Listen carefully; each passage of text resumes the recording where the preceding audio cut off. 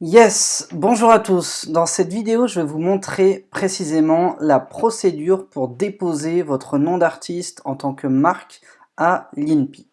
Alors le premier truc à faire, ça va être de vous créer un espace, un compte directement sur l'INPI. Donc on va pas prendre celui-ci, on va prendre celui qui est plus sur la droite, donc accès direct, démarche en ligne. On clique dessus, donc ça vous met sur une autre truc, procédure.inpi.fr. Alors pour créer un compte, vous allez ici, vous cliquez sur créer un compte, vous mettez votre adresse email, mot de passe, vos informations, donc jusqu'ici rien d'anormal. Vous êtes un administrateur de l'entreprise, oui. Vous mettez oui si jamais vous êtes une société, sinon vous mettez non et vous vous enregistrez. À partir de là, on va vous demander, on va vous envoyer un email de confirmation, vous validez, etc. Machin, vous avez votre accès. Donc ça peut prendre 24 à 48 heures, donc ne vous inquiétez pas si ça prend un petit peu de temps, mais en gros, c'est très simple. Vous avez juste à vous inscrire, vous attendez d'être inscrit, et une fois que vous serez inscrit, vous pourrez venir ici, du coup, et donc mettre votre mot de passe et accéder donc à la plateforme. Une fois que vous êtes ici, vous allez avoir la possibilité donc de lancer une nouvelle e-procédure et vous pouvez donc bien sûr le faire pour des marques, des brevets, des dessins et modèles et autres.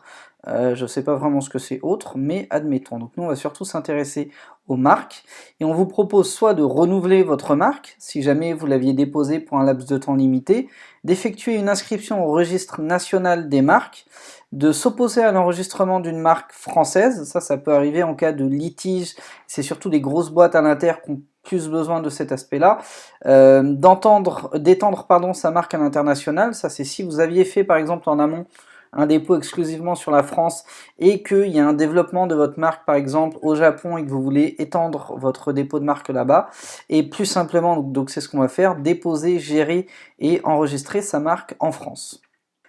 Voilà, et donc une fois que vous arrivez ici, donc ça c'est une référence que j'avais créée donc le 29 janvier, donc on va pas s'intéresser à ça, et on va partir sur déposer vos marques. Hop, accéder au dépôt, et là vous n'avez plus qu'à répondre aux questions. Vous souhaitez faire quoi? Demander l'enregistrement d'une marque française, transformer une marque de l'Union européenne en demande de marque française, transformer un enregistrement international ou procéder à la division d'une marque d'une demande déjà déposée. Donc là, nous, on va rester sur demander l'enregistrement d'une marque française et on clique sur étape suivante. Donc on va vous demander si vous êtes le déposant, le mandataire ou le destinataire.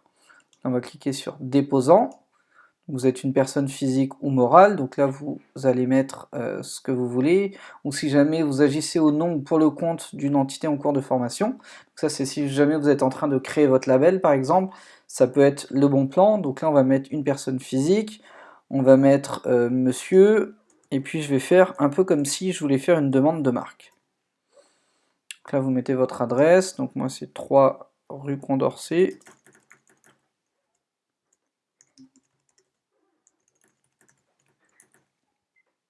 Pont-l'Abbé, c'est en France. Il faut donc bien sûr fournir une adresse email. N'hésitez pas à mettre votre numéro de tel. Quoique moi je vais pas le mettre parce que sinon ils vont me rappeler, ils vont me dire que ma demande était incomplète ou autre. Et dès que c'est fait, vous cliquez sur enregistrer. Hop, donc là on a le déposant donc qui est nous. Le mandataire, il n'y en a pas puisque je le fais pour moi, et le destinataire non plus. Ici, on va modifier. Donc le signataire est le titulaire du compte pour la connexion au portail des marques. Donc bien sûr, si jamais vous le créez au nom d'un label, il faut bien qu'il y ait une personne qui ait accès à la plateforme. Si jamais, donc il faudra le définir, ce sera lui le signataire. Et si jamais vous le faites pour vous-même, eh bien c'est vous-même le signataire. Donc là, je ne vais pas plus me prendre la tête que ça. Hop, et la qualité, ça va être déposant. Voilà, enregistré. Donc voilà, on vient de définir le signataire comme étant le déposant, et donc j'ai précisé les informations du déposant. Je peux donc faire étape suivante.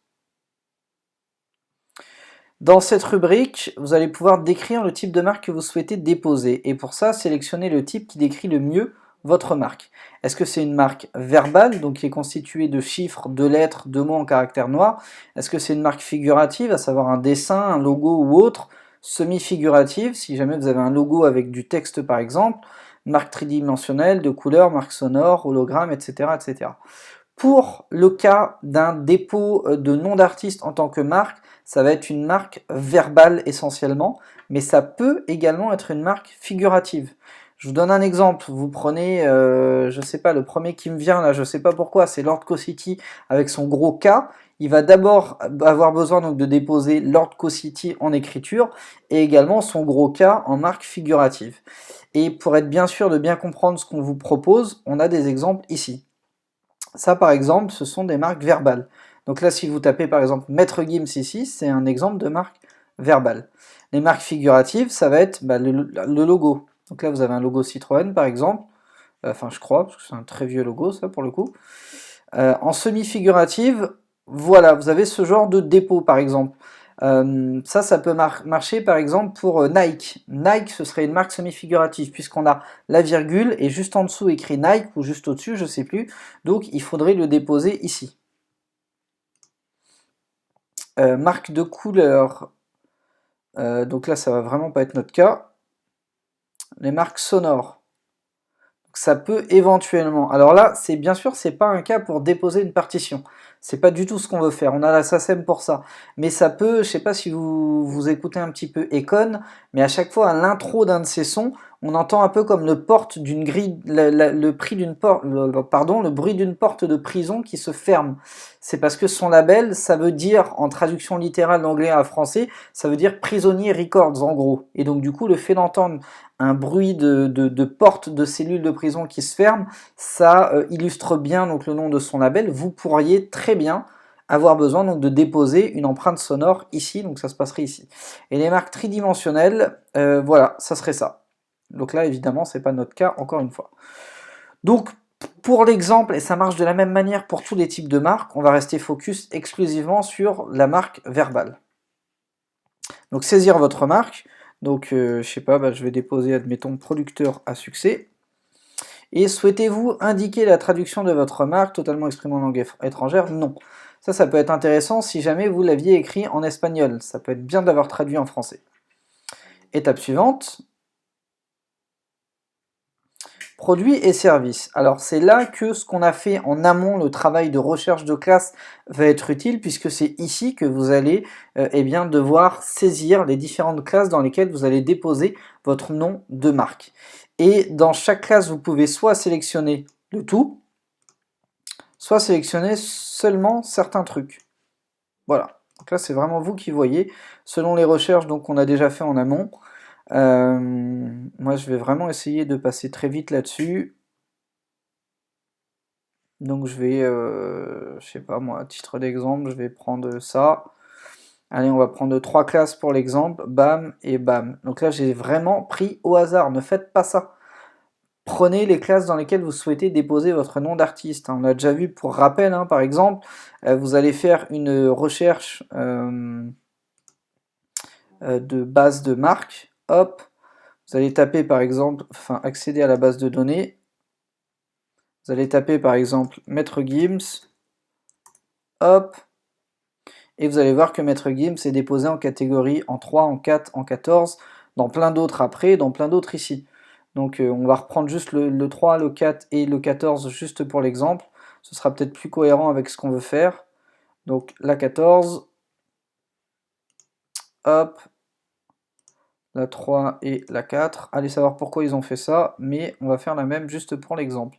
Donc voilà, on a déposé dans nos différentes classes et on fait étape suivante. Revendication de priorité, donc ça c'est une option. Donc je vais lire avec vous, cette rubrique est réservée aux personnes ayant préalablement déposé une demande d'enregistrement de marque dans un autre pays, membre de l'Union de Paris ou de l'organisation machin blablabla. Si c'est votre cas, vous le faites, si c'est pas votre cas, étape suivante. En l'occurrence c'est pas mon cas, donc étape suivante. Encore une option, cette rubrique est réservée au dépôt accompagné d'un renouvellement anticipé d'une marque déjà déposée. C'est pas mon cas non plus, donc j'avance. Une autre option, marque de certification, cette rubrique est réservée aux marques déposées par un organisme certificateur agréé, blablabla, donc c'est pas notre cas, on avance. Et extension de protection à la Polynésie française, ça va pas être notre cas non plus, on avance. Vous confirmez que les données ci-dessous sont bien conformes à vos attentes? Oui. Alors il faut sûrement voilà, cliquez ici. Donc pour déposer votre marque dans les 3 classes, ça vous coûterait 210 €.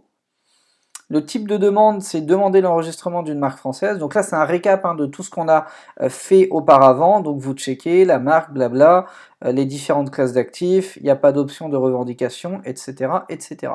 Une fois que vous avez fait ça, vous pouvez cliquer sur le bouton pour régler. Alors là, apparemment, il y a des erreurs. Vous devez définir un destinataire. Ah, ok. Et bah avant, on n'était pas obligé. Bah écoutez, admettons. Hop. Il s'agit de la personne à qui l'INPI va adresser la correspondance de la procédure. Bon, bah là, ça va être la même. Monsieur Mishtarik. 3, non, ici, donc c'est rue Condorcet. Numéro 3, 2920. À Pont-l'Abbé. Donc bien sûr, vous mettez votre adresse. Hop, on fait enregistrer. Donc là, normalement, c'est bon. On revient au récap. Ici. On va pour payer. Donc validation de la demande en cours. Et donc une fois que vous êtes là, vous n'avez plus qu'à régler, à payer. Donc bien sûr, ça se passe par CB. Et une fois que c'est fait, vous allez recevoir un premier email avec le ticket de caisse, en gros, qui dit que vous avez bien payé, etc. machin. Votre demande est traitée. Et une fois qu'elle est validée, que votre dépôt est bien effectif, vous recevez un email que je vous ai ressorti, pardon, qui ressemble à ça.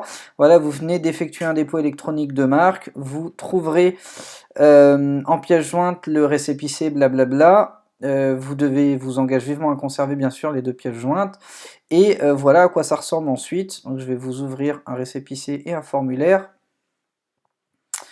Donc le formulaire c'est ça, c'est donc la demande d'enregistrement, hop, qui définit donc par exemple le nom de marque, les différentes classes dans lesquelles vous avez fait le dépôt et qui valide donc que tout a bien été fait dans les règles. Hop, et le récépissé est juste là. Ça explique donc que le dépôt a été fait en ligne. Donc là, moi à l'époque, j'avais fait dans plusieurs classes d'actifs, ça avait coûté 320 €. Le nom du propriétaire, signataire, etc. blablabla. Et avec ça, vous êtes tranquille. Si jamais vous avez le moindre litige en termes de dépôt, de nom de marque, etc., vous avez une preuve très concrète à présenter. Pour les logos, c'est exactement la même chose, sauf qu'au lieu de mettre le type de marque en écriture, vous le mettez également en image, et ça marche exactement de la même manière. Je sais que ça coûte et que c'est un peu chiant de devoir racler pour ça, mais croyez-moi sur parole, une marque déposée, c'est des milliers d'euros d'économiser si demain ça marche pour vous. J'ai le cas d'un ami artiste qui a eu des gros problèmes en termes de dépôt de marque. Il a dû racheter sa marque pour des milliers d'euros et croyez-moi sur parole, ça fait encore plus mal que de devoir payer 100, 200 ou 300 € pour déposer son nom de marque à l'INPI. À vous de jouer!